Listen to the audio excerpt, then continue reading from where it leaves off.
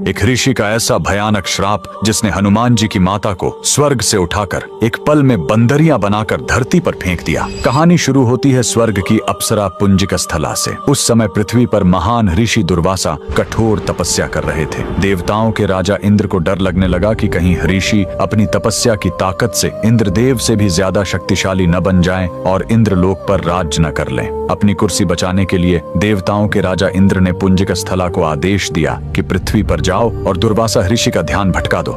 इंद्र के आदेश पर वह ऋषि के आश्रम गई और उनकी तपस्या में बाधा डालने लगी। ऋषि दुर्वासा ने गुस्से में आंखें खोली और उसे श्राप दे दिया। तूने एक चंचल वानर की तरह हरकत की है, जा पृथ्वी पर तेरा चेहरा भी वानर जैसा हो जाएगा। अप्सरा ने रोते हुए ऋषि के पैर पकड़ लिए। तब ऋषि ने दया दिखाई और मुक्ति का उपाय बताया। जिस दिन तुम भगवान शिव के 11वें रुद्र अवतार को जन्म दोगी, तुम वापस अप्सरा बन जाओगी। इसी श्राप के कारण उस अप्सरा ने पृथ्वी पर वानर राज कुंजर के घर बेटी के रूप में जन्म लिया, जिनका नाम अंजना पड़ा। बरी होने पर उनका विवाह महान वानर योद्धा केसरी से हुआ, लेकिन श्राप से मुक्ति पाने के लिए उन्हें एक पुत्र की आवश्यकता थी। इसलिए माता अंजना ने हम्पी के इसी अंजनाद्रि पर्वत पर भगवान शिव की घोर तपस्या की। सालों की तपस्या से शिव जी प्रसन्न हुए और वायुदेव के माध्यम से अंजना के गर्भ में दिव्य शक्ति स्थापित की। और तब इसी पहाड़ी पर जन्म हुआ बजरंग बली का। हनुमान जी के जन्म लेते ही माता अंजना का श्राप टूट गया।